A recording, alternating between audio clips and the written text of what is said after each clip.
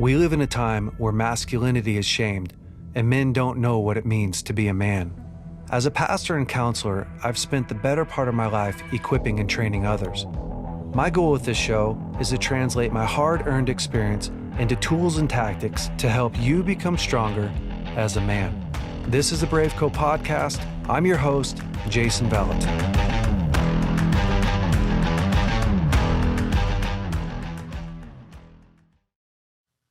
Welcome back, BraveCo men. This week, you got me. We're going to dive into what I think kills more men than anything. And I really do. I think it's the truth. It's your ego. We don't often talk about the ego a lot, but over the years, I have seen it take out more guys, honestly, than anything else. And here's the deal. It shows up all the time in different ways in our relationships. I've worked with a lot of men who are struggling with pornography, for instance, and this is how their ego sounds. When their wife catches them looking at pornography, they say something like, well, if you would have been more connected to me, right, I wouldn't have fallen, I wouldn't have messed up. Or when they fail at work, when their boss confronts them at work, it's, I don't even like this place. You're not even a good boss, right?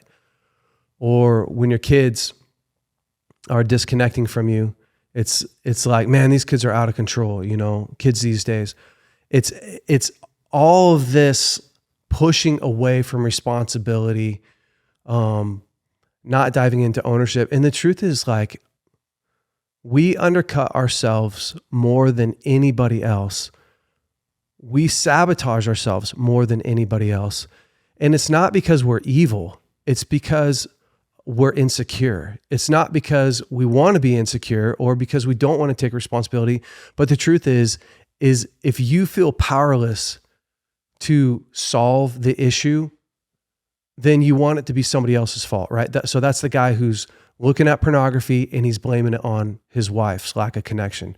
Well, if you would be connected to me, then I wouldn't be in the spot where I was hurting. I wouldn't be in the spot where I was lonely. If it was somebody else's fault, then I would be okay. The truth is that your ego is not necessarily a bad thing, right? When you look at what is the ego is neither good nor bad. It is a necessary, natural part of our psychological makeup. The ego serves as an important function to our lives. It helps us navigate social interactions, maintain coherent sense of self and balance.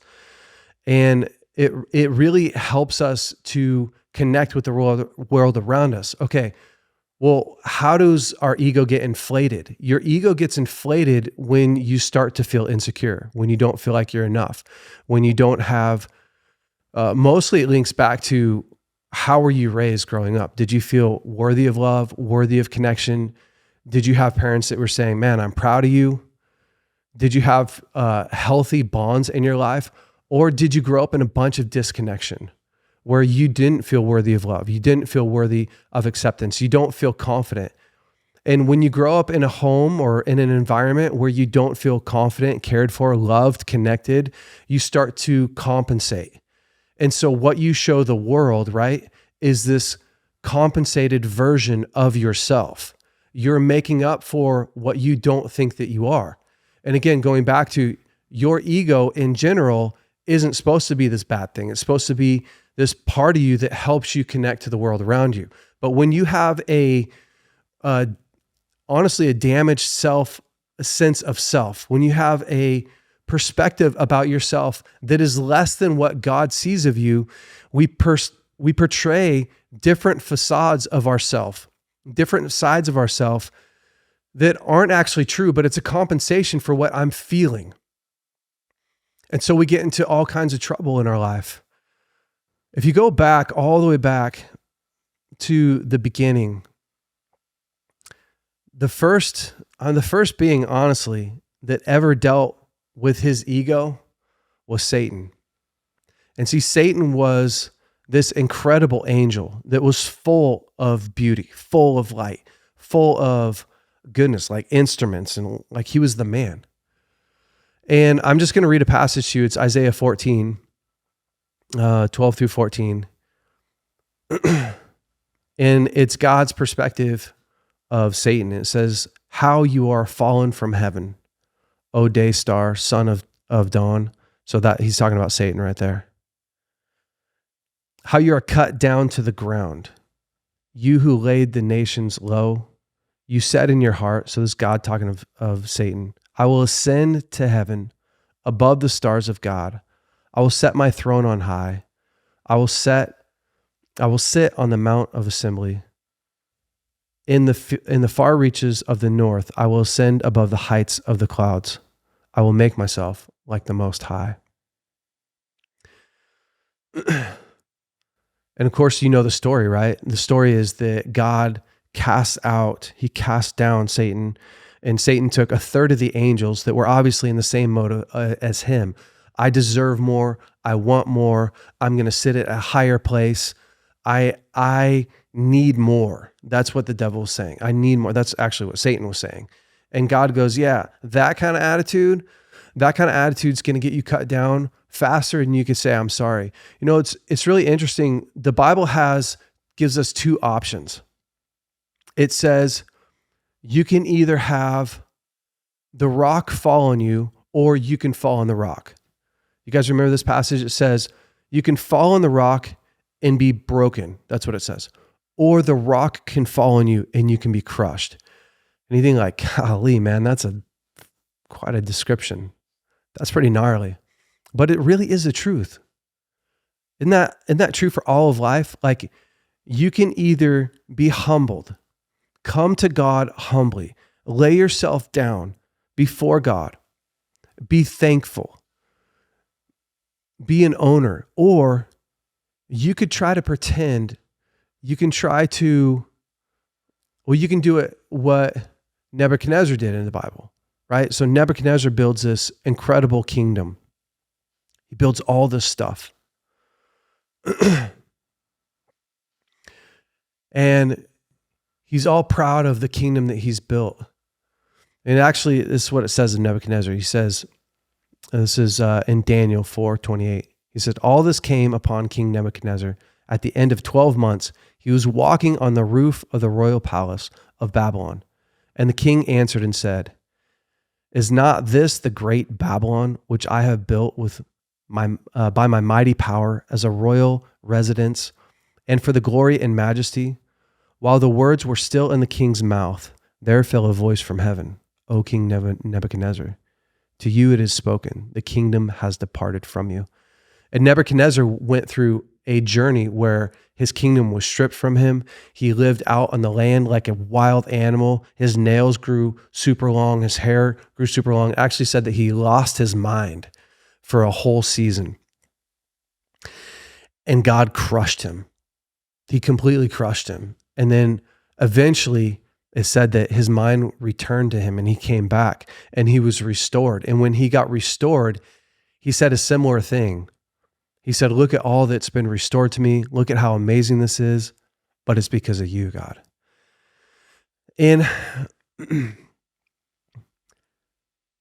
it's a really easy place to get into. You know, I never meet a guy that's thinking, you know, I just want to blame my life on everyone else. That'll fix it. Or,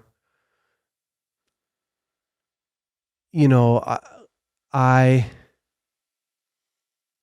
really think that I am the greatest because I've made all this stuff.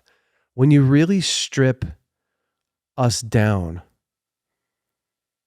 if we don't confront the places in our life where we feel insecure, where we don't feel enough, where we feel weak, where we feel powerless, where you feel out of control, where you feel angry, if you don't confront those places, then you end up with this really unhealthy view of yourself.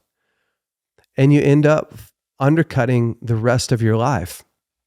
And it often looks like arrogance, right? Or the constant need for validation, or your inability to accept criticism, or being overly competitive.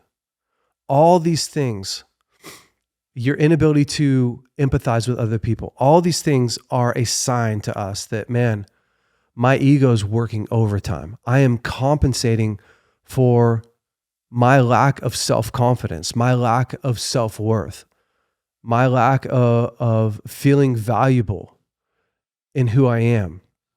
And so this week, I really just wanted to encourage you, man, if you're in that spot where you feel like I'm telling stories about what God's done in my life, but I'm doing it to have people go, oh man, you're so amazing. Or that would be like a Christian ego thing to do. It's like, hey, let me tell you what God did for me last week. And it's not really about what God did for you last week. It's about how amazing you are. I see that a lot. Or if you're in a place where you're having a hard time taking feedback, or you're having a hard time not competing with other men around you, or you're having a hard time taking ownership for your life, the antidote to all of this is to humble yourself and to admit, man, I'm feeling really insecure right now. I'm feeling a lot of shame. I'm not feeling like I'm enough. And to begin to take ownership of the fact that you are having a really hard time with how you see yourself. I know that in my life, I have run up against these places quite a few times. A couple years ago, I dealt with a lot of shame. I didn't like the world that I was living in. And when I say that, I basically mean I didn't love what was happening at work. I felt really unproductive at work. I was dealing with quite a bit of anxiety as well, and some depression. I just felt like my life was going nowhere. And my wife would try to help me. She'd be like, hey, what's wrong with you? What's going on? And constantly I'd be like, nothing, I'm fine. I'd kind of push her away a little bit. And finally, I stopped one day. This is the honest truth. I stopped one day and was like, gosh, what is wrong with me? Why do I feel so much shame? Literally all day long, I'd walk around and just feel so much shame. And I realized, like, I don't actually feel proud of myself. I'm not doing anything that I feel proud of.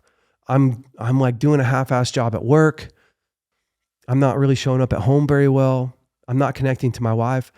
My view of myself was really low because I know, regardless of what my wife thinks, I know I'm not putting forth my best effort.